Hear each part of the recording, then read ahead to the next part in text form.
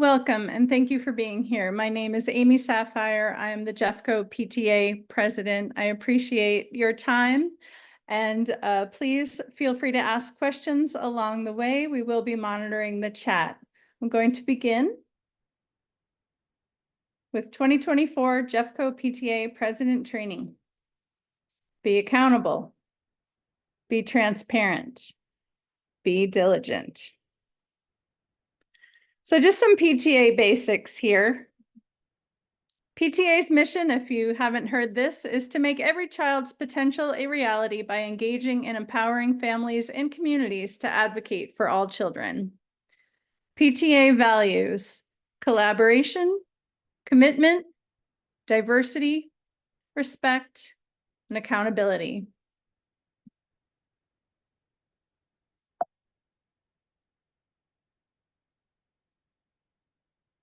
So as president, you're basically the manager. You shall preside at all meetings of this local PTA or PTSA, its board of directors and executive committees.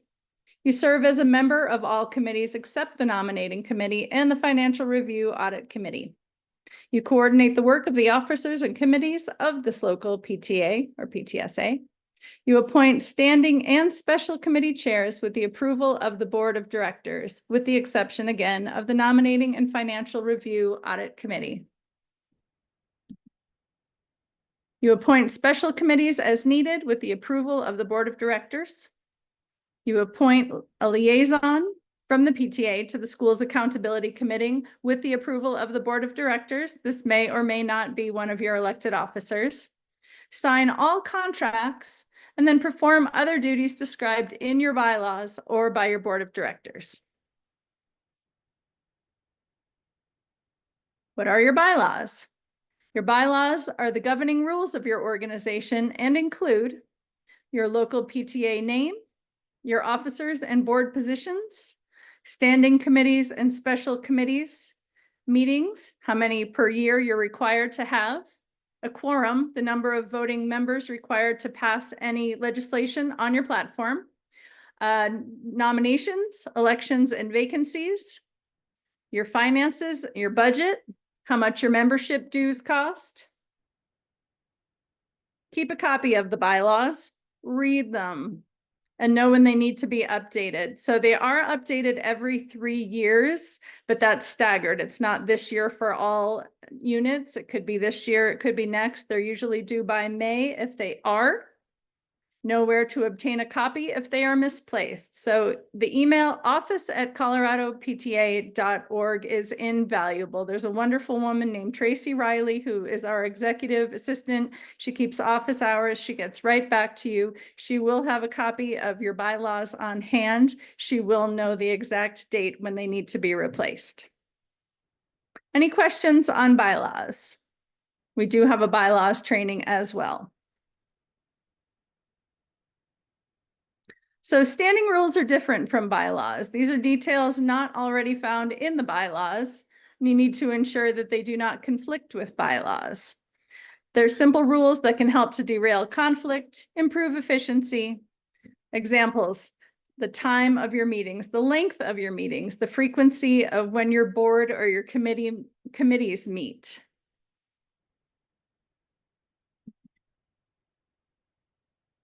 So basic policies. Your association shall be non-commercial, non-sectarian, nonpartisan. You're not a political entity. You're not a religious group. So non-commercial, you may not engage in business that's unrelated to purposes of the PTA. You cannot endorse products, companies, or foundations. You may accept donations with minimal promotion of the donor and their business, such as a logo on a flyer, or maybe they donated your t-shirts, sure, put their name on their backs. A thank you, a verbal thank you at an event or at a meeting. Just be familiar with local, state, and federal requirements. Again, you're nonpartisan. This is part of the IRS code. This isn't PTA law. You may propose, support, or oppose legislation or ideas that pertain to the health, wellness, and safety of children. You may not propose, support, or oppose candidates. So ideas, not people. We are first and foremost an advocacy organization. We're not a fundraising group. We're advocates for funds for our children and schools. A common misconception is that the PTA is there to supplement the school's budget. It's often what we do because our schools aren't properly funded right now. But first and foremost, we are advocates. We're nonprofits as well. You have a 501c3 rating with under the IRS code. You do not pay taxes on gross receipts. If you can provide your EIN, you can get tax deductible and tax-free goods. You may accept donations that are tax deductible for the donors. It's handy to provide your EIN on receipts to anybody donating to your school. You can send that right out with your fundraising or just email donors if you have a silent auction. Anybody who donates anything to your school, any money to your school, their time to your school, provide your EIN and they will be able to write that off. So 501c3 is the IRS classification that the organization is organized and operated solely to accomplish a charitable purpose or mission. You have regulations. You have to file the appropriate annual 990 form. And that for most of us is the end of your fiscal year is June 30th for most units. So on the 15th day of the 5th month is when your 990 form is due. That's November 15th. That's kind of pushing it. That's not to say that you can't file those the day after your fiscal year ends.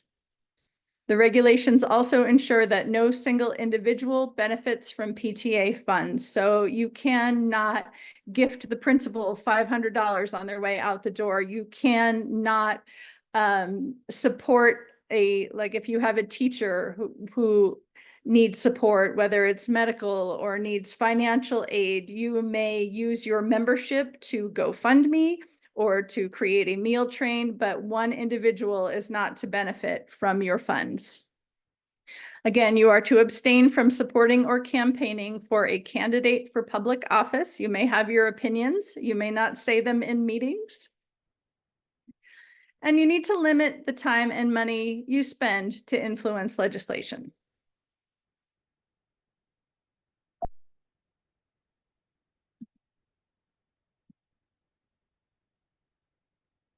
So getting to you, the PTA president. Who's the PTA president? I'm assuming it's you if you're here. You chair the board and general meetings.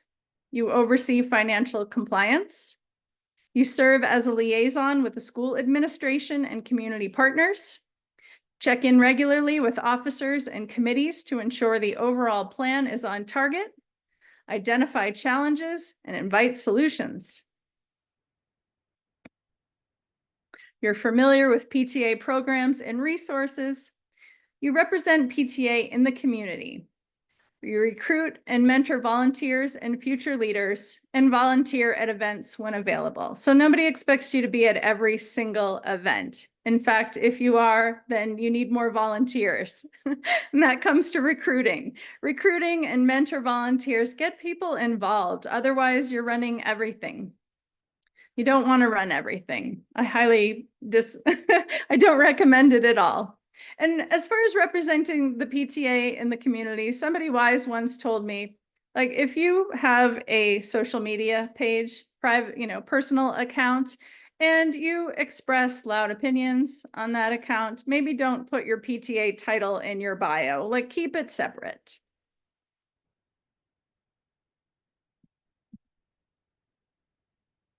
Who is the vice president? Not everybody has a vice president. Sometimes you just don't get enough volunteers. You need a president, you need a treasurer, you need a secretary. If you're lucky, you have a vice president. If you're really lucky, you have more than one. You can also use this position as a president-elect. The Colorado PTA does that. The Colorado PTA, when they bring in a president, they have the president-elect on hand, ready to take over next. They're being mentored for 2 years. In fact, that person is here tonight. The vice president implements duties delegated by the president, represents the president in their absence. If you can't be at a meeting, your vice president's going to take over. They perform specific duties as detailed in the bylaws that can be different for every unit, is familiar with PTA programs and resources, and is preparing for leadership by attending additional training offered by council, region, state, or national PTA. So hopefully you brought your vice president along this evening.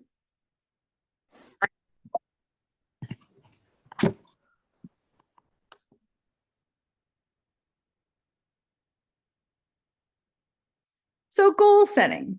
We all want to raise money and do things for our school. But you have to have some ideas of what you want to do before you start fundraising, before you start asking people to raise money for you, to donate money. So consider surveying your school. Ask the families what they want.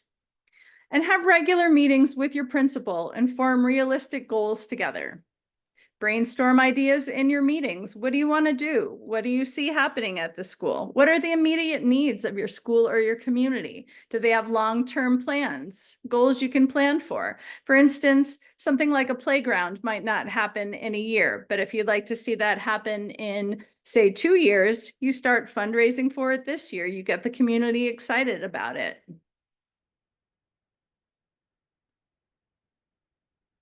Prepare a budget.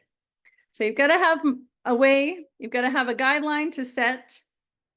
You'll have your committees. Your committees will usually have a set amount each year. So use your goals as a guide. How much money do you want to raise? How much money can you give to each committee? Consider the previous year's budget. Look what happened last year. Look how much funds were raised last year. As a rule, I found that the same school will raise close to the same amount of money every year. I mean, there's obviously exceptions, but what you got last year, don't plan on every single dollar of it, but if it's wildly different, I would be surprised. So you can kind of gauge by last year what kind of funds you'll have going forward. So you need to present the draft budget for approval. Follow your budget. And know how to amend the budget. Modifications must be approved by your membership. Obviously, things are going to happen. Maybe the science fair is like, we all want t-shirts this year. So what can you do to get everybody who participates in the science fair a t-shirt? Well, you can squeeze a little out of other budgets if you want, if it's approved. There's a little flexibility, but try to make a budget and stick with it. Appropriate use of PTA funds. Insurance. Liability is a must have. There's a company called AIM, AIM. Most of you probably already use it. Their base rate is $215 for the year. As officers, you are liable. As officers, as custodians of a bank account, you want to be protected. As party throwers, you want to be protected. So insurance companies will have separate riders for specific things like climbing walls or bouncy castles. So if you have anything above and beyond your standard school picnic, anything that might need a little extra coverage, make sure you look into that. Use your funds for leadership development and training. Come to the Colorado PTA conference in the spring. It's good fun, a lot of connections. Use your funds for programs and assemblies. Bring drummers to your school, bring whatever. Recognition awards for student achievement, by all means, buy certificates and medals. For participants, for winners, for your reflections program, for your talent show, great use of your funds. Curriculum enhancement, equipment and supplies, and before and after school programs. Does anybody have any questions here about specifics, like can you buy this for the school?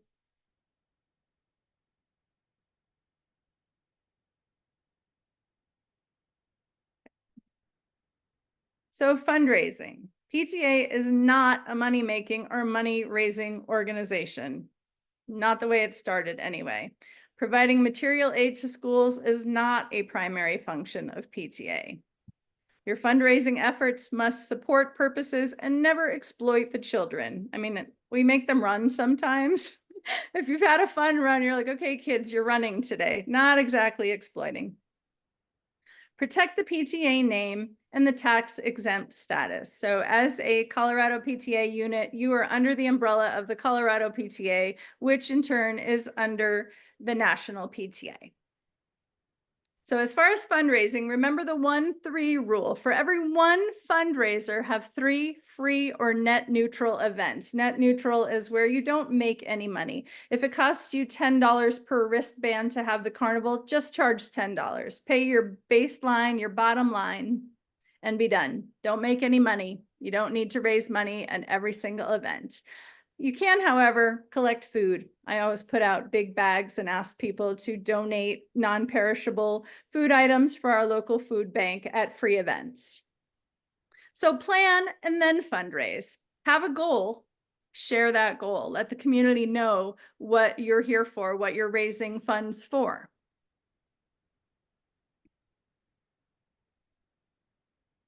And the take-home message about PTA funds, whose money is it? The short answer is it belongs to your membership.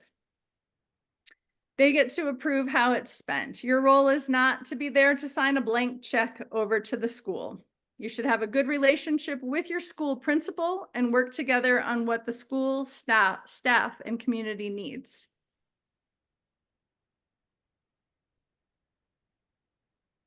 So parliamentary procedures, just going into this because our next talk will be about how to run a meeting. So parliamentary procedure is a set of rules for conducting orderly meetings. Most PTAs use Robert Rules of Order, or short Robert's Rules. This ensures consideration of one item at a time. Motions are made, seconded, approved by vote or consensus. Time is allotted for all sides to be heard. Everyone has an opportunity for input, and then the vote is majority rule.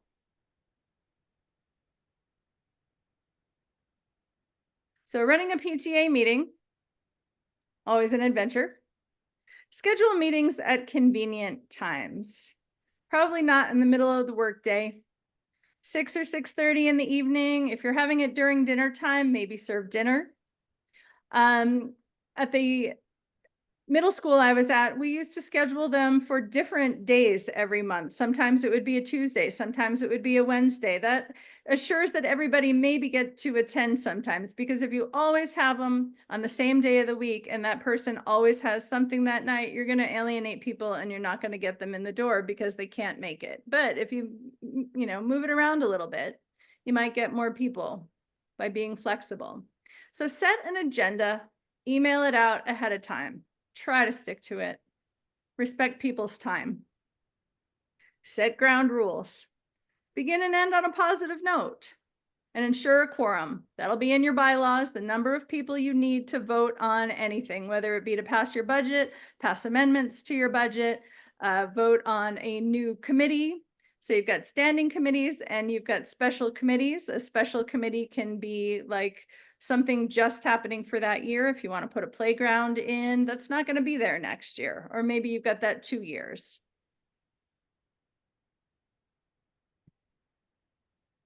So yes, stay on track, stay on time, respect people's time. Ensure that everyone has an opportunity to speak and take minutes. These are just notes. If you have somebody who's quick at dictation, every motion, every second should be recorded. If there's any disagreement, the number of people who vote yay, the number of people who vote nay, it's all important, and these need to be held on to. And stick to business. Committee work should be completed in committees. So this isn't the time for your fundraising committee to argue about what prizes you're going to have. It's not the time to discuss whether you're going to have balloons or flowers at your dad-daughter dance, whatever it is. Like, do that stuff outside the room.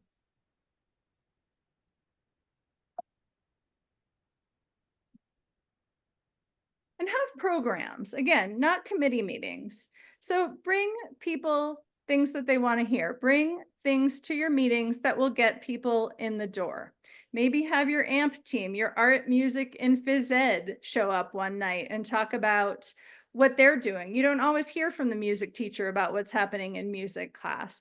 Maybe have your social and emotional learner, teacher come and talk about restorative justice, like bring programs to the school, talk about your special ed program, talk about your GT program, just give people something other than who's bringing the donuts to Donuts with Grownups. So brainstorm these ideas with your executive committee, talk about them with the school, talk about them with the people you want to invite. What will help your students? What will help your families and your school staff?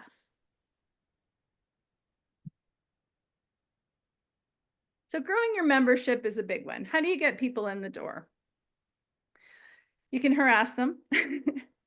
You can set up tables at back to school night, back to school day, registration, parent-teacher conferences, have your sign out there, have your membership, have a QR code that people can sign up, let people know. So know your personal why. Why do you do this? Why did you join PTA?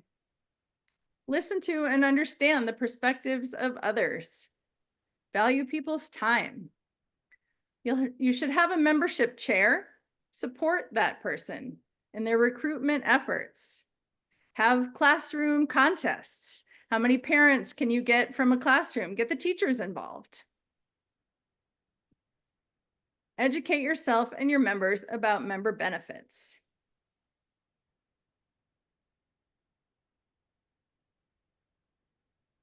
I'm going to leave this up here if you want to snap a picture of it, where to find support.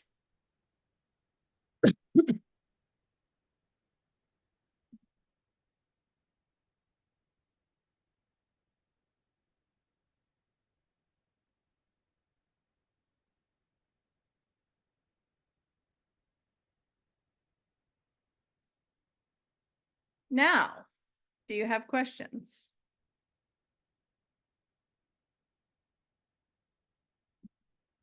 Anybody?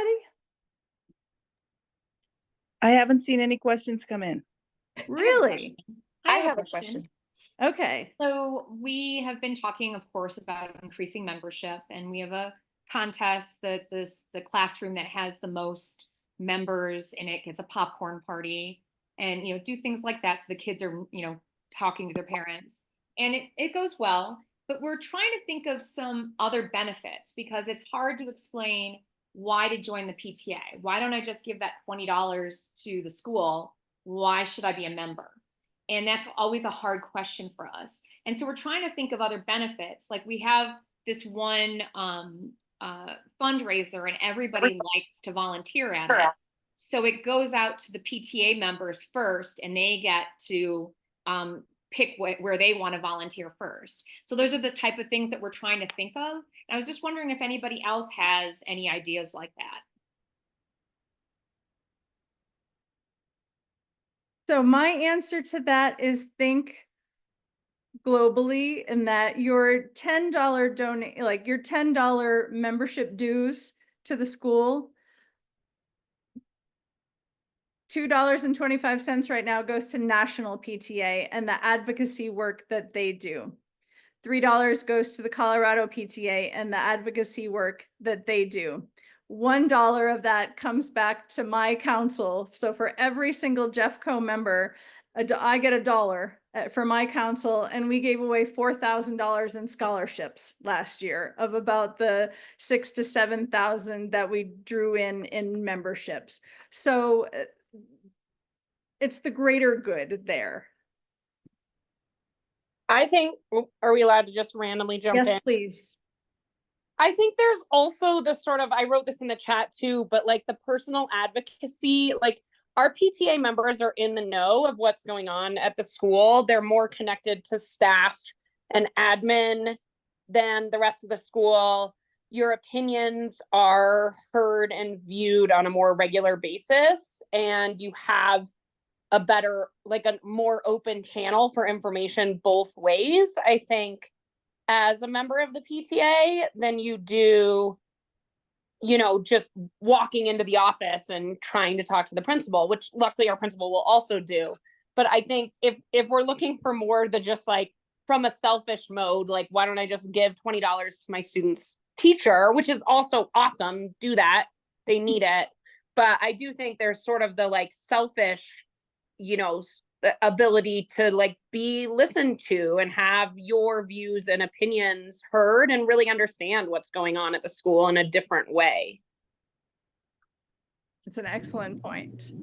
I was just gonna second that when talking to parents about PTA, and that was from my point of view, was saying one of the reasons enjoying it so much was rather than getting a little piece of paper in my kid's backpack that I have no idea what's going on, they might be able to give me some idea, and really just getting to know the people in the background and what makes us a community and the resources. So I don't know if that helps, but just that seconding you get to know a little bit more. You get to feel like you have a place to go with your opinion about if that really is being helpful or not, whatever, the issue is. So. Yes. And- And I think for us, a big thing that's been helpful is advertising that PTA are the ones that are doing the work and putting on these different events. Because I think a lot of teachers think that like, oh, the principal organizes, the silent auction, or the secretary puts the hot dog fundraiser together. But making sure that everyone knows, like, no, PTA, like we're here, we're doing this, like we raised these funds, for all these things. And then, we supported the science fair. We supported, this and that. Like, we're the ones that are, doing this. And I think that's really helped our numbers grow in the last couple of years, is people understanding how much PTA is actually contributing to the school and the community. Good If point. I that can jump note- it. Oh, Oh, sorry. sorry. I was just going to quickly mention for Warder this year, we spent a large part of our time really educating our population on who PTA is, right? Not just like what they might remember from when they were kids, but how PTA got here, educating them on some of the history of PTA so that they have this better understanding of this being an advocacy organization and not a fundraising organization. So we set up shop at the Meet the Teacher event at the start of the year. We started, sharing our story there and continued it on with our first general meeting and making sure that everybody left that meeting with the history and the understanding of what we're really there for. And last year we had about 40 members. Our goal this year was to be at least 100 by September 20th. And then we were going to give the students a popsicle party if we met that goal. We were at 111 by the time we got to September 20th. So I advocate for like really teaching the population about PTA, because I don't think there's a general understanding with folks. There is not, and it's been around for 100 years, over 100 years. Thank you for that. Amy, there's a few questions in the chat now. Yep, will you read them out, please? Yes. The first one is, we have heard contrary rules about purchasing gift cards with PTA funds. Are we allowed to example gift cards and prizes for fundraising? So I think Joe might have said that out loud after. Was I correct about that? Okay, so the guidelines on gift cards is just that there's no real trail for them. So, I mean, proceed with caution. If you are the person who has, the $100 to go to Starbucks and buys $25 gift cards, there's no real proof that, you didn't pocket 4 of them. So it's one of those things. Yeah, it's really nice to give to volunteers, but it's also just kind of sketchy because of the I have a fly around my head right now. It's a little sketchy because of the lack of a paper trail. So often I bought gift cards, I didn't use PTA funds for things like that. You can crowdsource and purchase gift cards if you want to give money to volunteers. But I mean, the whole idea is that you're volunteering. Okay, the next question is, we're a really small school and PTA executive branch ends up doing almost everything.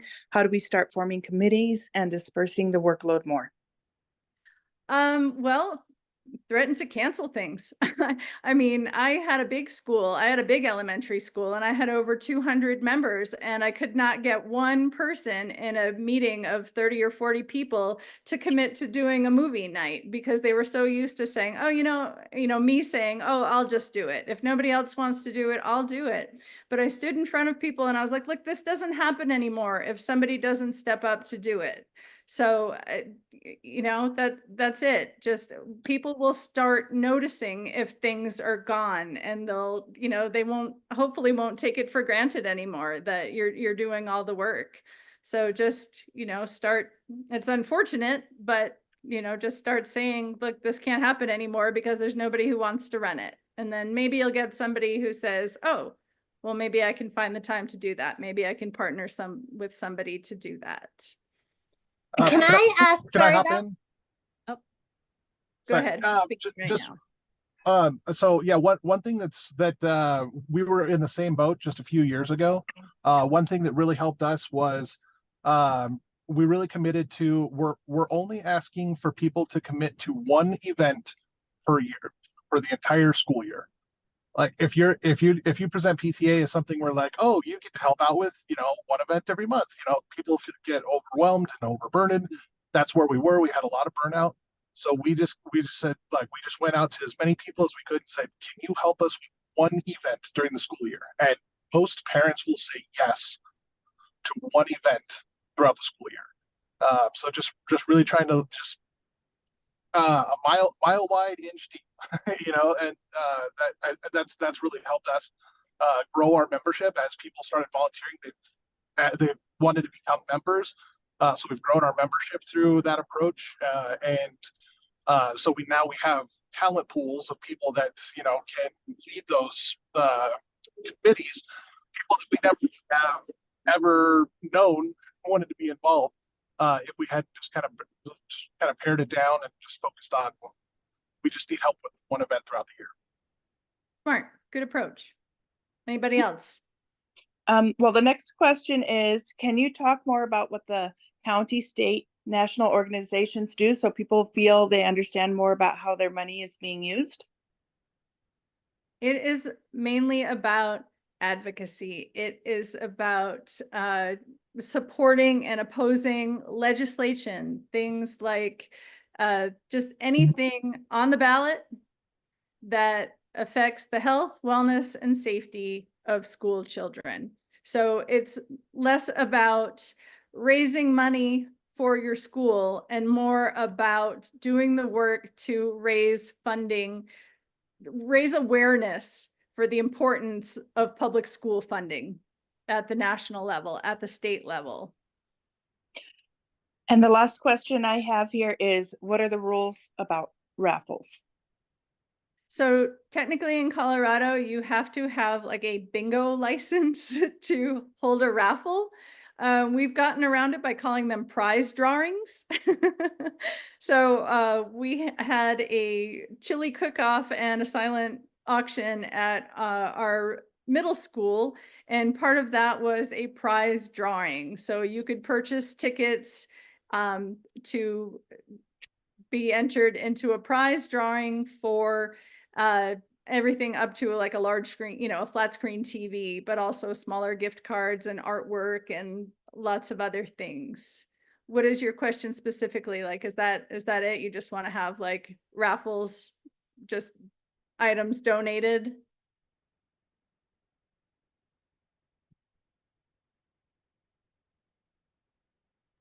sorry, that was my question. I just wanted to know, like, if we were to do like buy a cookie with a number on it and then you had your number picked, is that too much like a raffle to get a prize? Or do you just say it's a prize drawing and Prize drawing. just keep it a prize drawing? Prize And then drawing. silent auctions and stuff doesn't fall under that either? Silent auctions are okay. Silent auctions are, exchanging goods and exchanging money for goods and services. Awesome. Well, that's what I was thinking, like, if they bought a cookie with a number on it for a prize drawing, they bought something. Yes, So does that also covers, right? I think, yeah, I think so. Okay. Just- Yes, I think that's good. I think you're good. Okay, that's what I needed to know, because everybody keeps bringing up, doing like raffles and stuff, and I'm like, I think we have to have a license, and I don't want to get in trouble. Yep. Okay. Yep. Thank What you. else? You're welcome. Yes, go ahead. Alyssa. Question, okay. So a couple different kinds of questions. So I want to know how to go forward. I don't know if she's exactly considered a vacancy, but before the end of last year, a lady agreed to be the vice president, and she met at our summer meetings and everything, and consented to taking this role. But she basically ghosted us when school started. She didn't pay the Give Backs membership fee. So how do I officially break it off, or is it kind of a clean break since she didn't pay the membership fee? Yep, she can't be a member of your board if she's not a member. If she hasn't paid membership dues, she is not a member. Are you looking to replace her? Do you have anybody ready to step into that role? I do not currently have a person to step into that role. I just didn't know because she was announced in all of our school information when the school started. So didn't know if it was an easy break or what exactly I do. If she decides she wants to participate, she has to be a member. Okay. Okay. Well, that was, thank you for answering that. And then my next question is about cash payments. It's said that like 2 board members have to be present in order to receive cash payments, but I'm wondering about like our upcoming Halloween social and selling candy grams during the month of October. Like, can school office officials take the payment for us, or do me and my treasurer, the only people on the board, have to be at school to accept these payments? That's a really good question. Jamie, Jamie, do you have an answer for that? So I would say, if at all possible, have a PTA, at least a PTA board member with a PTA member. And the 2 rule is when you're counting the money, when you're getting ready to deposit it.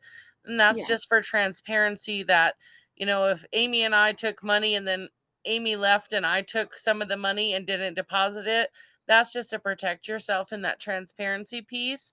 Yeah. But you could have like a lockbox or something where they could drop off. But I would really urge you to not start that where the school is collecting PTA funds. So at least one of us can be present saying lunch hour to sell the candy grams. Correct. Would have 2 people to count the cash. Okay, 2 people, but does it have to be 2 board members?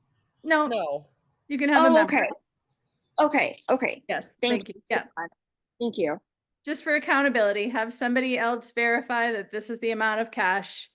Yeah, definitely. We just had a movie night recently, and so it was understanding that both board members had to be at the movie night the entirety of it, instead of like the principal accounting for it and everything. But okay, thank you. Thank you so much.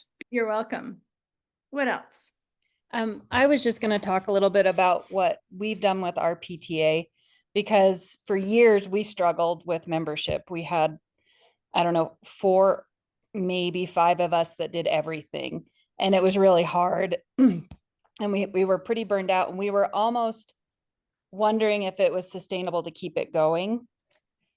And we had some change in leadership, and we've really reached out to the younger families that are coming in with kindergartners or preschool families.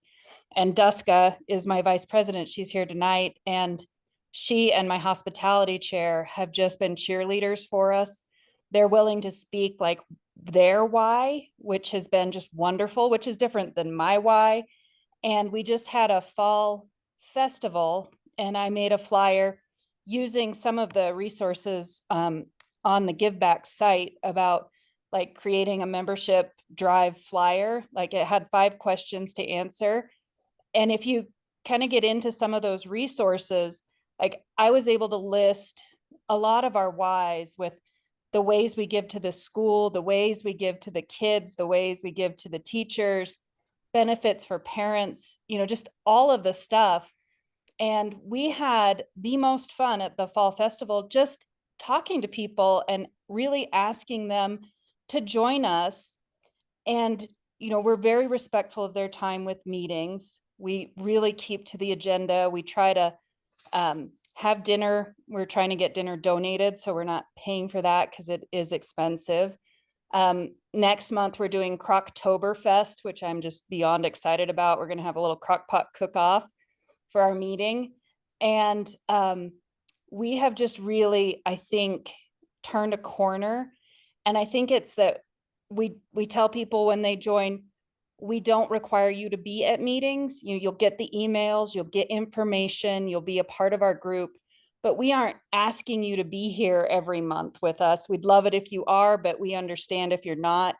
We also tell them, like I myself started a scholarship fund because some of our families are a little tight. And I thought, well, if I'm going to give an extra 100, I'll just pay for memberships for the people who can't pay for them.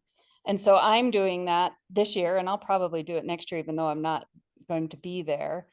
So just removing that hurdle, but also we've told people like, hey, just come and learn what we do. We don't require you to work, because I think that was a lot of the hesitation, was people say, I'm so busy, I have kids, I can't, and we just say, you don't need to, just please come be with us. We need your voice.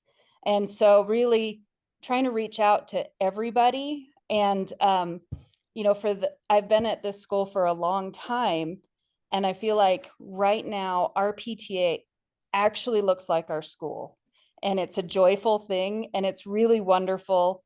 And I'm so happy that we're here and that it's really a healthy PTA. We're growing, we're doing well, we're having events. And I know that when I step out of my role next year and hand it to my VP, who I'm so happy to have, because I can give her all the knowledge that I didn't necessarily get from anybody when I stepped up. I just feel like we've done a lot of stuff to tell people why they matter to us, and then also show them, like we want you, we need your voice, you have a place here. And really saying that and meaning it, and being at the school events, talking about PTA, we're at everything. And it doesn't even have to be like a fancy table. It can just be conversations at like the kindergarten drop off. We had 2 fantastic parents who were there talking about their why. And all of a sudden we have a whole bunch of parents that are new to the school that are excited about PTA. So, if any of that helps, but I've found really getting into some of those resources on the Give Back site has been very helpful. And just really, trying to energize. And then the other thing we've done about volunteers is that at the meeting, I'll have sign-up sheets, and we'll talk about the events that are coming up. And I'll put out the sign-up sheets. There's no pressure on anybody to sign up, but they're there. And so then, we do have a pool of volunteers who will sign up for the next events, and they can choose what they want to help with. And so far, we've had pretty good staffing, I guess, at a couple of events, just doing it that way. So those are just kind of some of the things that we've done that have been really successful. Wonderful. Thank you for sharing. So I just have a few more minutes here. I've got to wrap this up and start the treasurer training at 7. As a president, you really should do the treasurer training as well. That's why, regardless of what you signed up for, I sent you all the links. The treasurer has a big job, and as president, you should know that job. You should know when, all about the financial responsibility. So I see that there are 46 members on the group here. Please, if you have not already, add your first name, last name, and your school to the chat. We do want to keep track of this.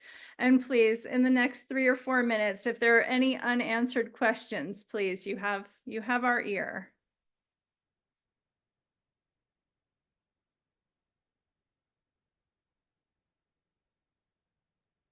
I have a quick question.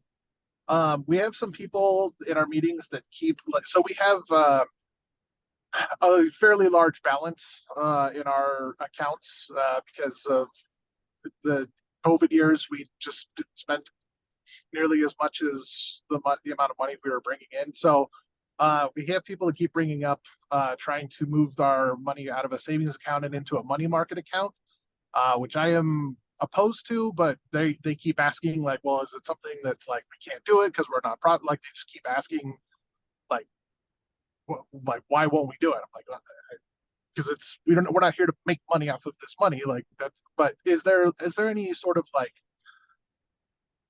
a specific rule that says that we can't move that balance into a money market account or anything like that? No, you can absolutely make your money grow, but I don't think I touched upon this. I know I had it on one of my slides, but as a nonprofit, it's your job to spend that money. I mean, it's okay rolling over, 10% of it, maybe even 20%. So you've got some startup money the following year.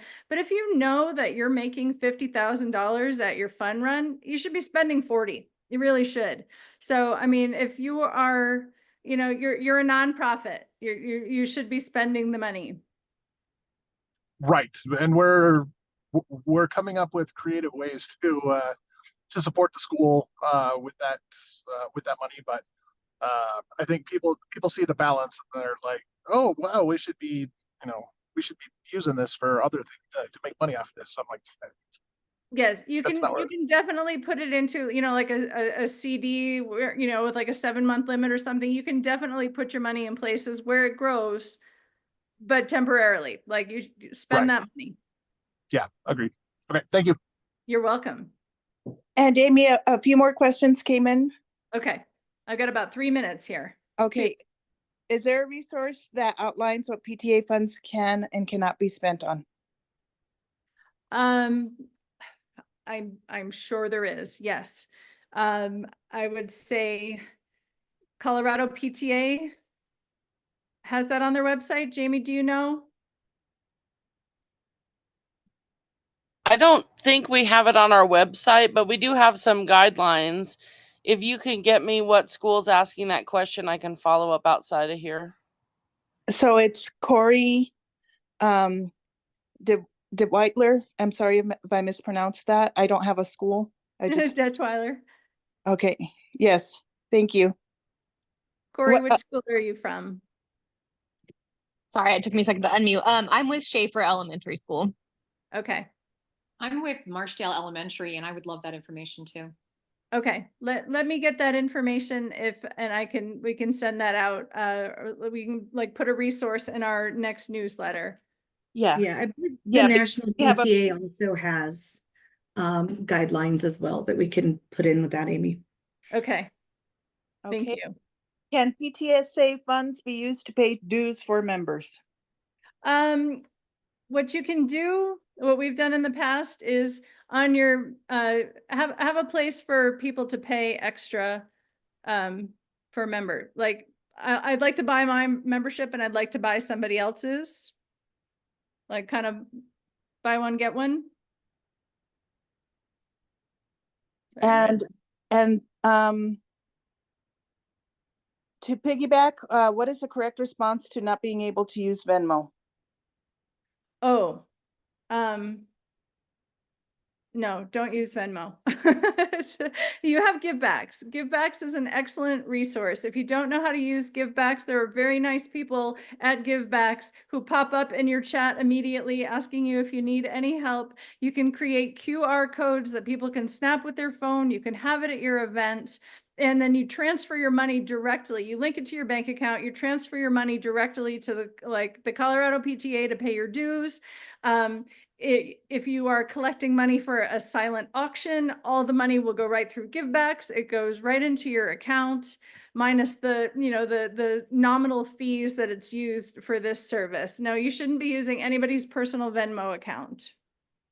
We're getting a request to share all the recordings. I think that would be great for the newsletter. Yeah, the recordings will go on the website as soon as they are kind of like edited and cleaned up. Crystal is on here. Crystal is our communications person. So I have to wrap this up now so I can begin the treasurer Zoom at 7. Sandy, can you copy and paste everything in the chat? Yes.